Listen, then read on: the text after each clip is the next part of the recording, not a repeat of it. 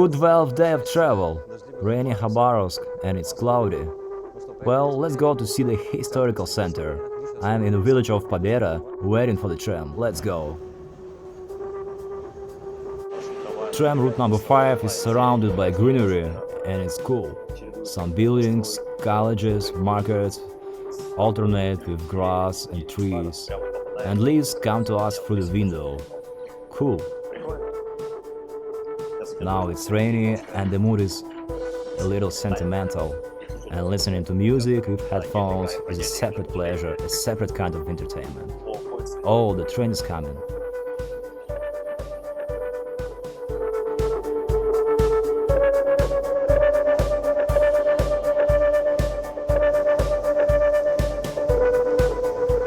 Let's imagine that you arrived in Khabarovsk as a normal person, not like me, but by train. When you leave the station, what do you see? First of all, the station square. Here we have broken tiles. Puddles are innumerable, as well as a monument to the man who was the pioneer of all these far eastern lands, Yerfei Pavlovich Khabarov. Here he stands. The monument is in good condition, but damn, the fact that the tiles are broken is a shame for such a large city with more than 600,000 people. Guys, I don't like this. Maybe Khabarovsk will please us elsewhere. Khabarovsk is located on the Trans-Siberian Railway, and of course here at the station there is a monument to the very builders who did a titanic work to build the longest railway in the world. This could only be built in Russia, guys, nowhere else.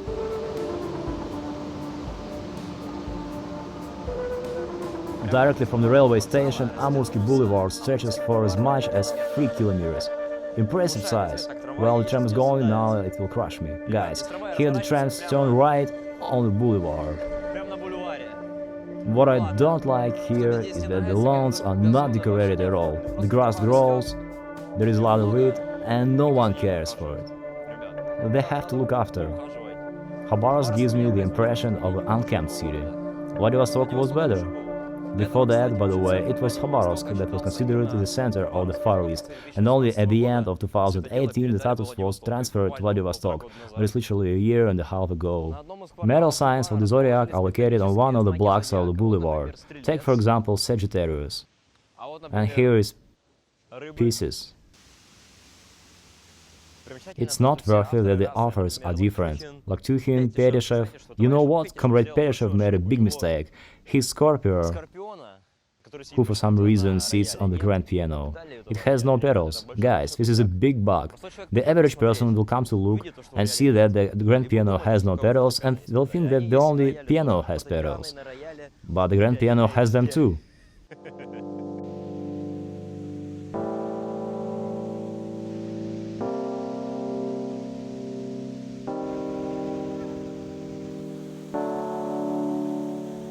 In Khabarovsk there are no problems with vegetation, as I have on my face. Only I have a beard growing on my face, and here flowers grow and delight the eye. In this regard, Khabarovsk is well done. We put a plus sign, like this.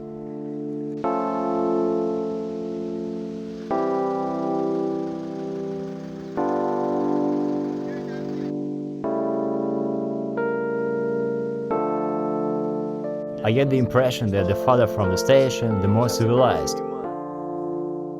Now I'm passing grass horses, eating what? Rocks! This is so absurd, folks. Oh, it's a normal mare.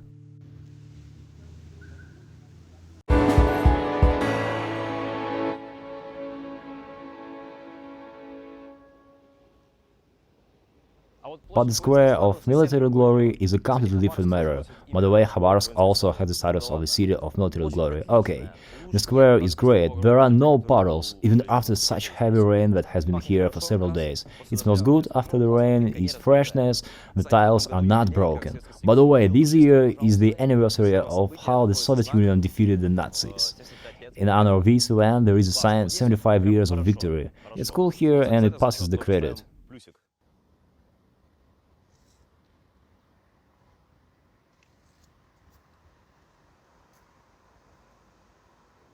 It's time to go down to the Nevskoye embankment. Of course, the embankment is located in the pit, however the city itself is located on the hills, namely on 3 hills, in contrast to Vladivostok, which is located on 7 hills, however not on the hills but on the Sopkas. So guys, here are the Sopkas. Always began in Kamchatka and slowly came here from Kamchatka. Now there are also Sopkas here, not hills, not small mountains, but Sopkas. To be honest, the concept of Sopkas has reached as far as Murmansk, which is in the very northwest of Russia. So guys, here it is, we are going down, there are a lot of steps.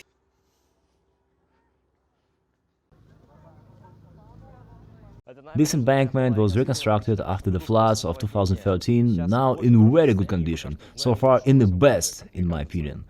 The asphalt is smooth, the tiles are smooth, nothing sticks out from below. Cool, the grass is cut, the lawns are good too, very good. There is nothing to complain about here, A+.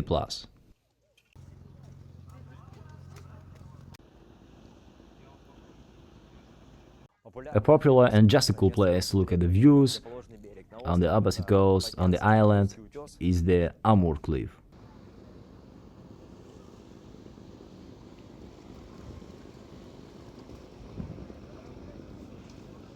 You can see the embankment. You can see the Khabarovsk bridge across the Amur river, of course.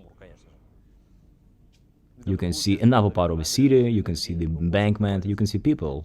It's nice to be here. There used to be a restaurant here in good times, but now are bad times, so it's closed. As known, Khabarovsk is a young city by historical standards. Its foundation was laid in 1858 by soldiers who rushed here from Siberia and made a Khabarovka post here to protect the territories that were next to modern China. The place was preserved, you can come and see where the city was founded. You know, I think this place should be more festive, so it's in the corner and it's inconspicuous.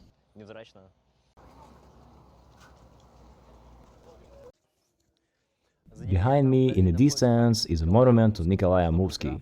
This was a count who did deal with various Amur issues, and therefore he was given this nickname. Now he is Nikolai Muravyev-Amursky. He did a lot in the discovery of the Far East in the 19th century. His memory is honored.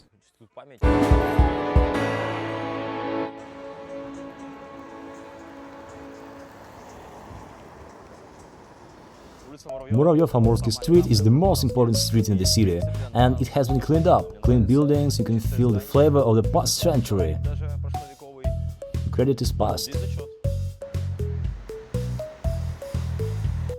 This is the most important building of any city. Of course, this is not the city administration, because you know, anarchy will happen and who will deliver your mail? Of course, the Russian Post, the most important building, and it's in a terrible state.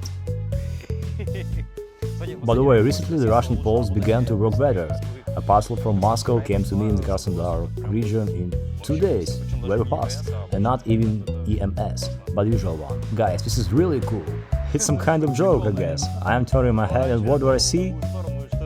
The building of the Duma of the Khabarovsk region. It turns out mail from power are inseparable, just inseparable. By the way, the building is not very good.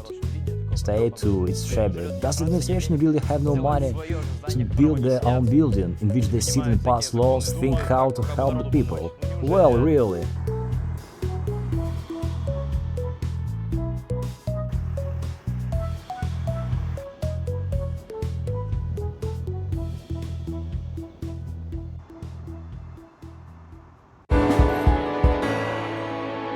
Now I am on the square of Lenin. This is the central square of the city. Here is the 0-kilometer sign, and from it I emphasize the information that it's 9,423 km to Kaliningrad, the westernmost large city in our country, and I was there, huh? And to Paris, where I was too, as much as 10,911 km. This is what drives me around the world. If I hadn't been in Khabarovsk, there would not have been such long distances to Paris, to Kaliningrad. Now I understand what a long way, how big Russia is. And behind is the administration building, there are rallies. Now, by the way, it's 2020 and here people are fighting for the release of Furgal, but that's another story. Today is Sunday, August 2nd, the day of the airborne troops, and the guys are already hanging out with the flags. Let's not interfere with them. The main attribute of any square is the birds, which are fed by the people. Pigeons of various colors, sparrows, and all the birds gather here, eat and fill their bellies.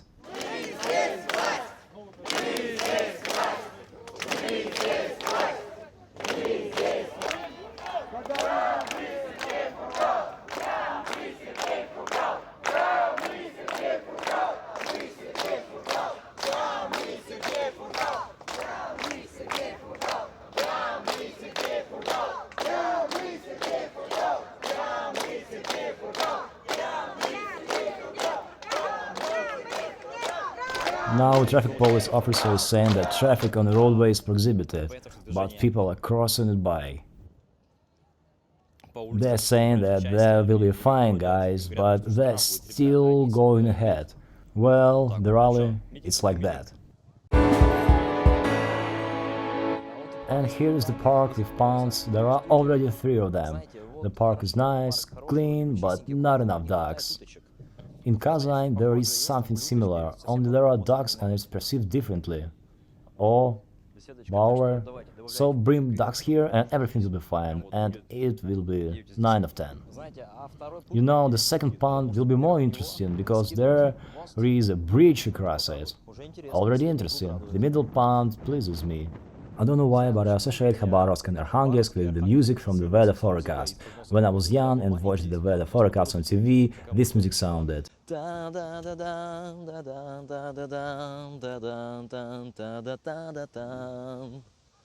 Oh, thunder? I thought it was thunder. So, and this is the older brother, the older pond, the third. Khabarovsk, 75, victory. Year of the anniversary. We celebrate as we can, in quarantine.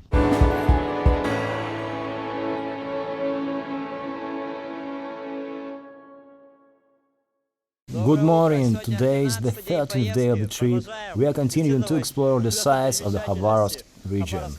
Now I'm on the outskirts of the city. It's kind of a landmark to get out here to another attraction, of course. Man, rain is a hitchhiker's worst friend. The first 2 cars that picked me up drove me short distances, and I waited longer when I moved. But I was lucky and I met Boris.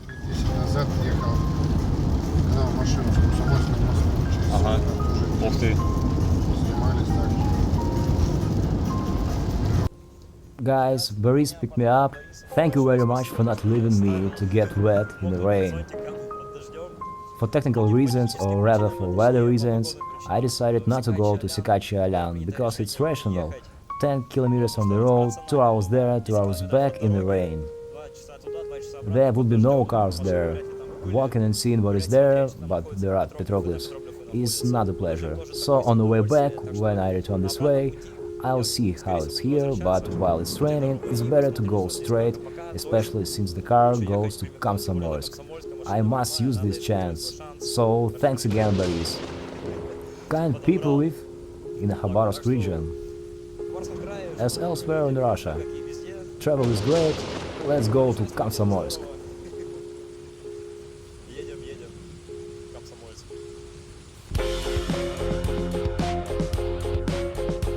Our path now is passing through the taiga. The area is terribly swampy, and here the Russian land rejects asphalt.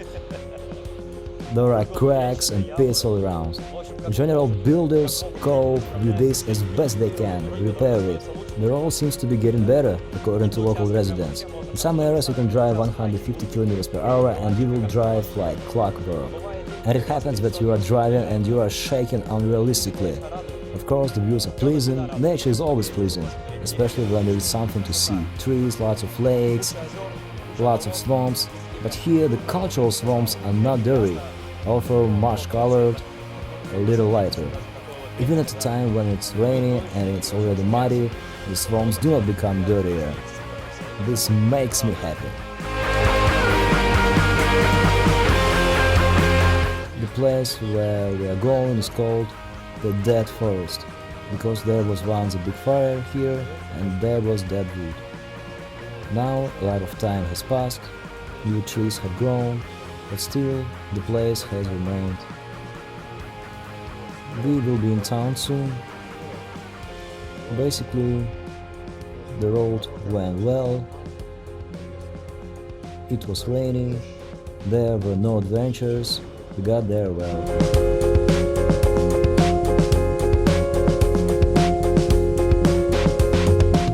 Here is the Father Amur. Trains move on the left side. Barges dragging.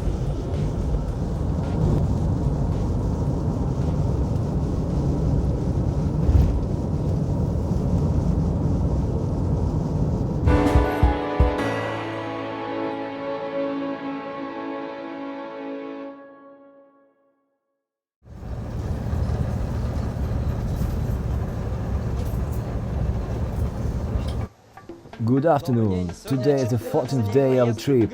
I have unloaded to leave Komsomolsk on Amur. I just arrived and already leaving. I spent the night here. Here is such an old school ticket from the Soviet Union as for me. The fare is 30 rubles, a little less than half a dollar.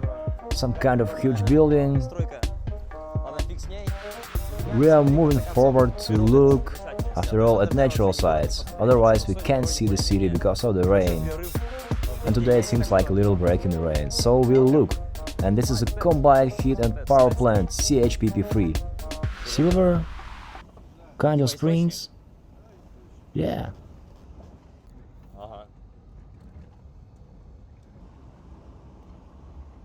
Come show them, they'll get up. Finally, the first natural sights. Some lake that has no name. The trick is that it's located in the forest. Few people know about it. Only the locals come here. It's small, compact and somehow cozy. Just great here, clean air, taiga.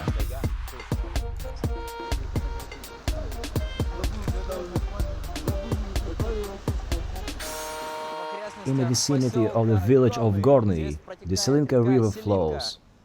Small flood, of course the water is a bit dirty, and behind is the waterfall Svetlana. That's it. They say that it used to be wider and more powerful, although now it has rained and it should be wider and bigger, but something does not work, something is wrong with nature. You know, beauty. Great, these are the taiga landscapes. The air is fresh, the temperature is plus 15, it's not cold at all, although I put on more clothes today.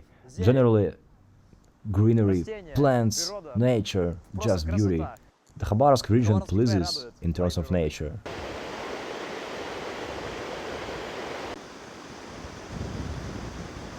We are in the vicinity of the village of Gorny, and there is a nameless pond here.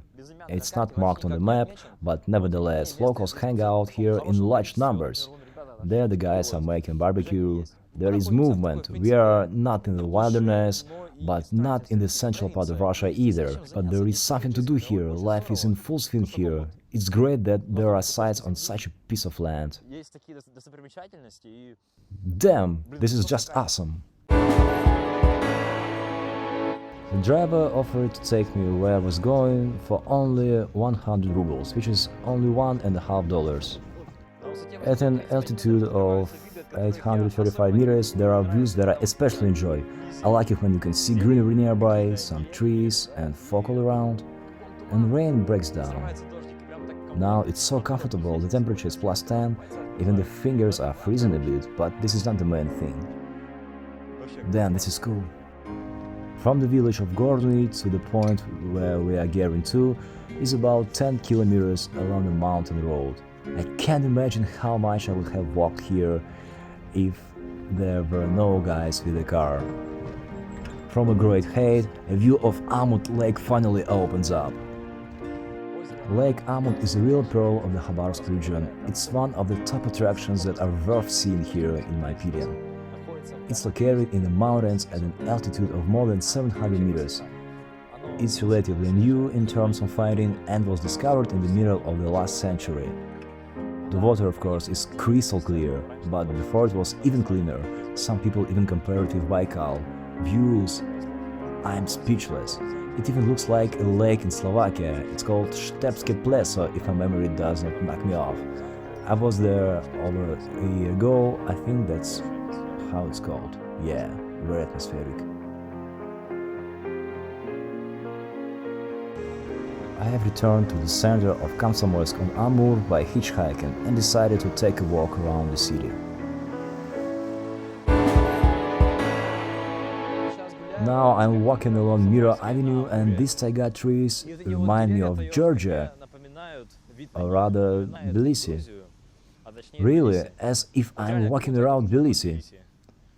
That's it, guys. It's the beginning of August, but it feels like mid-October.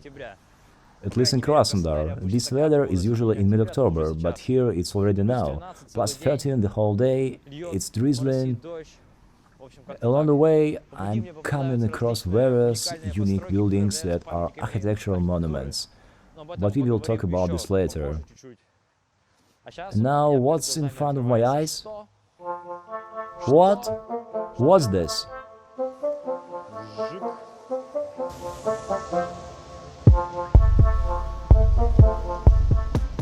And this is a palace of culture of shipbuilders. By the way, when the Komsomol came here, that's why the city was called Komsomolsk. Although before that, the city had been a perm village since 1860. The Komsomol came here in 1932. The goal was to make the most advanced Soviet city, and so the best minds of mankind, in the sense of the minds of the USSR, rushed here to do all this wonderful square, and also to make a monument to Komsomolsk on Amur. It is located in the center of the world. So what? We need to appreciate our cities, guys. Do you value your city in which you live? But Komsomol members appreciate it. And the globe shows that Komsomolsk is in the center of the world. On Amur. Because there is Komsomolsk in Ukraine. You know what's embarrassing? It's a shame that the embankment is under reconstruction. You can't walk here and there is no lighting here. Although it's time, the sun has gone. Even if you remove all these clouds, the opposite coast is not visible, only a small island is. Failed. I think true Komsomol members and pioneers would not be proud. I see I overpraised Komsomolsk. How can the monument to the first builders not be properly illuminated? Fail. Fail. In a park of the same name and in general in the city, I saw benches with a canopy. This is good, for this we praise the city. In general, I like that there are a lot of squares and parks in the city, although it's not surprising. In such an area, it would be a crime if they were not there.